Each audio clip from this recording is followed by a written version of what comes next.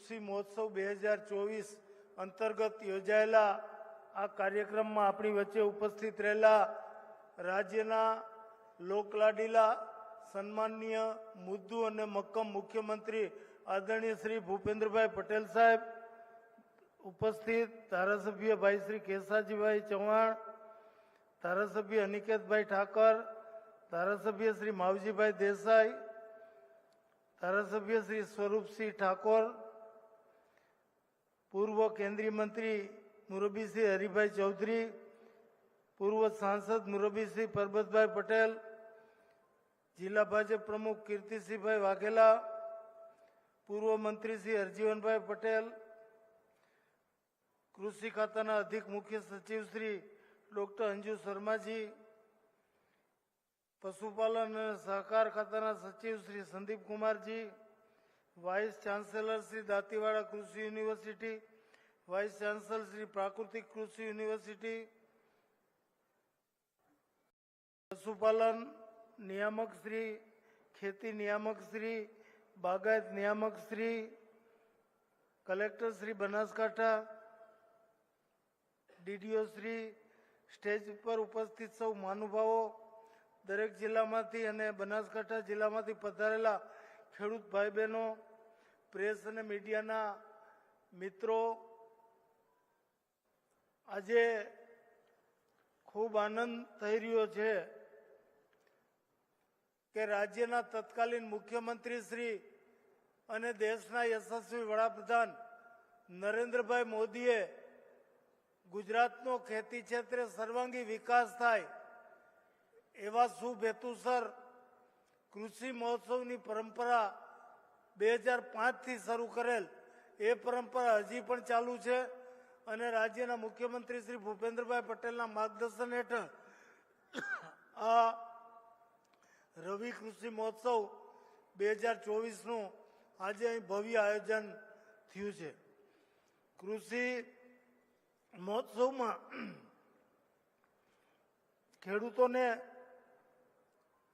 કૃષિ તજજ્ઞો, કૃષિ નિષ્ણાતો, કૃષિ યુનિવર્સિટીના હોદ્દેદારો દ્વારા નવા સંશોધનો, નવા બિયારણો, ખેતી પદ્ધતિઓ અને વધુ સારી ઉપજ કેમ લઈ શકાય એ માટે ગુણવત્તાયુક્ત ઉત્પાદન અને ઓછી પડતર કિંમતે ખેત જણસીઓના ઉત્પાદન થાય એના માટે માર્ગદર્શન આપવામાં આવે છે. એના પરિણામે ખેડૂતો નવી પદ્ધતિઓ અપનાવી અને રાજ્યમાં કૃષિ ક્ષેત્રે સમગ્ર દેશમાં ગુજરાતને ગૌરવ અપાવી રહ્યા છે. એના માટે આ કૃષિ મહોત્સવનો ખૂબ મોટો આ વિકાસમાં ફાળો છે. ગુજરાતનો કૃષિ ક્ષેત્રનો વિકાસ દર શૂન્યમાંથી અત્યારે ડબલ ડિજિટે પહોંચ્યો છે. એમાં કૃષિ મહોત્સવનો ખૂબ મોટો ફાળો છે. કૃષિ ક્ષેત્રના અધિકારીઓ, નિષ્ણાતો અને ખેડૂત ભાઈ બહેનોએ અથાગ પરિશ્રમ કરી આજે રાજ્યને કૃષિ ક્ષેત્રે દેશમાં અગ્રણી રાજ્ય બનાવ્યું છે. એનો મને ખૂબ આનંદ છે. મને કહેતા આનંદ થાય છે કે ખેડૂતોને પોષણક્ષમ ભાવો મળી રહે, સમયસર એના માલની ખરીદી થઈ શકે એટલા માટે સરકાર વાવેતર પહેલા જ ટેકાના ભાવો નક્કી કરે છે અને ટેકાના ભાવો જે પડતર કિંમત છે એના કરતાં 50% વધારે નફો ચડાવી અને ટેકાના ભાવો નક્કી કરે છે. ખેડૂતોનો માલ ખેડૂતોના ઘરે આવે કે સાથોસાથ જ ટેકાના ભાવને ખરીદી સરકાર શરૂ કરી દે છે.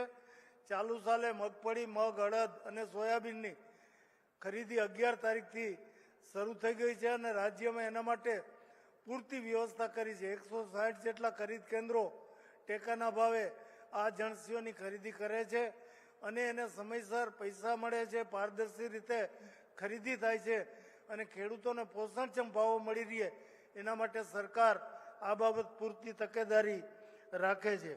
ખેડૂતોને કૃષિ યાંત્રિકરણ, અત્યારે મજૂરોની અછત હોવાના કારણે યાંત્રિક ખેતી તરફ વાળવા માટે ખેડૂતોને ટ્રેક્ટરથી લઈ અને તમામ યાંત્રિક મશીનરી માટે સરકાર પૂરતા પ્રમાણમાં ખેડૂતોને સહાય આપી અને વધુમાં વધુ ખેડૂતો યાંત્રિક ખેતી તરફ વળે એના માટે પ્રોત્સાહિત કરવા બજેટમાં પૂરતી જોગવાઈ રાજ્ય સરકારે કરી છે.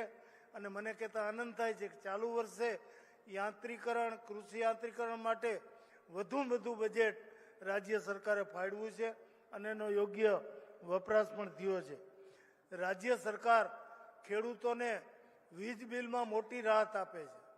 કોમર્શિયલ કે ઇન્ડસ્ટ્રીયલ દર કરતાં લગભગ 10% જેટલા ભાવથી ખેડૂતોને યુનિટ દીઠ વીજળી આપી અને ખેડૂતોને ખૂબ મોટી સહાય ખેડૂતોને વીજ બિલમાં રાહત આપીને રાજ્ય સરકાર કરે છે.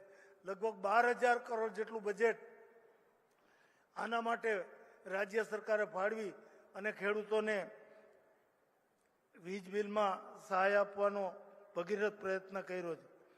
છેલ્લા 8 વર્ષમાં 11,000 કરોડ ઉપરાંત વધુ રકમની સહાય ખેડૂતોએ પ્રાકૃતિક આપતા વખતે ખેડૂતોને થયેલી પાકની નુકસાનીમાં સહાય આપી છે. ખેડૂતોની પડખે સરકાર ઊભી રહી અને ખેડૂતોની મુશ્કેલીમાં ઉદાર હાથે માનનીય મુખ્યમંત્રીશ્રીના માર્ગદર્શન હેઠળ રાજ્ય સરકાર ખેડૂતોને સહાય આપે છે.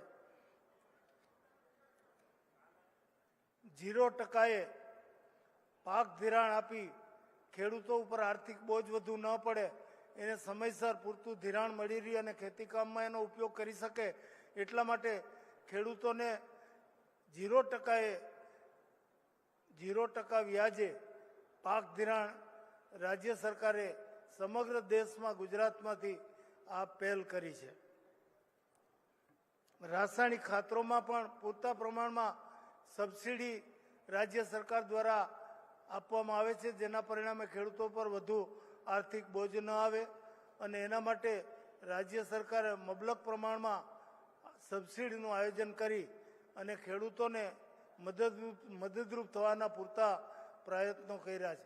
એ ઉપરાંત રાજ્યના ખેડૂતો ઝીરો બજેટથી ખેતી કરી શકે અને ગુણવત્તાયુક્ત ઉત્પાદન લઈ શકે, લોકોને આરોગ્યમાં ફાયદો થાય, જમીનનું પ્રદૂષણ, જમીનની ફળદ્રુપતા ઘટે, પર્યાવરણને ફાયદો થાય એવા શુભ હેતુસર પ્રાકૃતિક કૃષિનું રાજ્યમાં મોટા પાયે ખેડૂતો અપનાવતા થાય એના માટેનું આયોજન પણ રાજ્ય સરકાર કર્યું છે. એના માટે પ્રાકૃતિક કૃષિ યુનિવર્સિટીની રચના કરી છે, પ્રાકૃતિક કૃષિ બોર્ડની રચના કરી છે અને રાજ્યના લગભગ 41 લાખ જેટલા ખેડૂતોને પ્રાકૃતિક કૃષિમાં કઈ રીતે ખેતી થઈ શકે એના માટેના માર્ગદર્શન અને તાલીમ શિબિરો દ્વારા 53 લાખ જેટલા ખેડૂતોને તાલીમબદ્ધ કર્યા છે અને આજની તારીખે રાજ્યમાં લગભગ 10 લાખ એકરમાં પ્રાકૃતિક ખેતી લગભગ 9 લાખ જેટલા ખેડૂતો અપનાવી રહ્યા છે.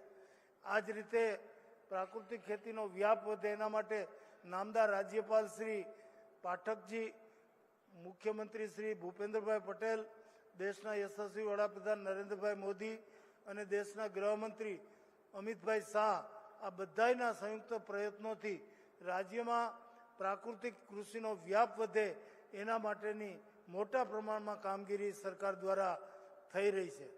આજે આ કૃષિ મહોત્સવના માધ્યમથી હું ખેડૂત ભાઈ બહેનોને કહેવા માંગુ છું કે દેશના યશસ્વી વડાપ્રધાન નરેન્દ્રભાઈ મોદીની નેમ છે કે ખેડૂતોની આવક ડબલ કરવી અને આવક ડબલ કરવા માટે ખેડૂતોને પોષણક્ષમ ભાવો મળે, એને ખાતરો સમયસર મળી રહે, એને સિંચાઈની વધુમાં વધુ સવલત મળી રહે, ગુણવત્તાયુક્ત વધુ ઉત્પાદન કેમ લઈ શકાય એના માટે નવા બિયારણો, નવા સંશોધનોનો લાભ કેમ ખેડૂત ભાઈઓ વધુમાં વધુ લે એના માટે કેન્દ્ર સરકાર અને રાજ્ય સરકાર દ્વારા ભગીરથ પ્રયત્નો કરવામાં આવી રહ્યા છે. સાથોસાથ કૃષિની સાથોસાથ પશુપાલન ઉદ્યોગ ક્ષેત્રે પણ આપણા ખેડૂત ભાઈઓ પૂરા લાભ લઈ શકે એના માટે પશુપાલન ખાતા દ્વારા પણ અનેકવિધ યોજનાઓના માધ્યમથી પશુપાલક ભાઈ બહેનોને પૂરતી સહાય આપવાની, એના પશુઓના દૂધનો પૂરો ભાવ મળે, એના પશુઓને સારવાર મળી રહે આના માટે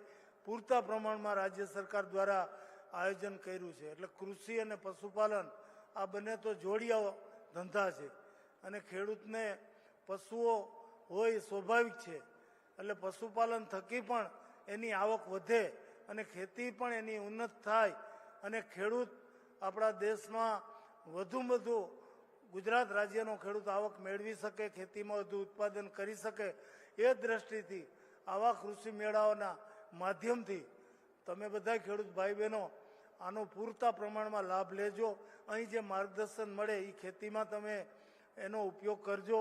અને આ રીતે આપણા દેશના વડાપ્રધાન નરેન્દ્રભાઈ મોદીનું જે સપનું છે 2047માં આઝાદીના 100 વર્ષ પૂરા થાય ત્યાં સુધીમાં ભારતને વિકસિત ભારત બનાવવાનું જે સ્વપ્ન નરેન્દ્રભાઈ સેવ્યું છે એ સપનાને સાકાર કરવા માટે આપણે ખેતી ક્ષેત્રે અને પશુપાલન ક્ષેત્રે ખૂબ મોટો ફાળો આપી અને ગુજરાતને વિકસિત કરી શકીએ એમ છીએ.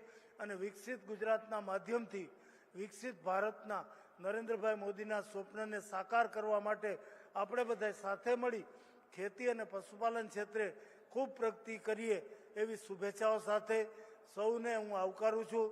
સૌનો આભાર. અસ્તુ. ભારત માતા કી જય. જય જય ગરવી ગુજરાત.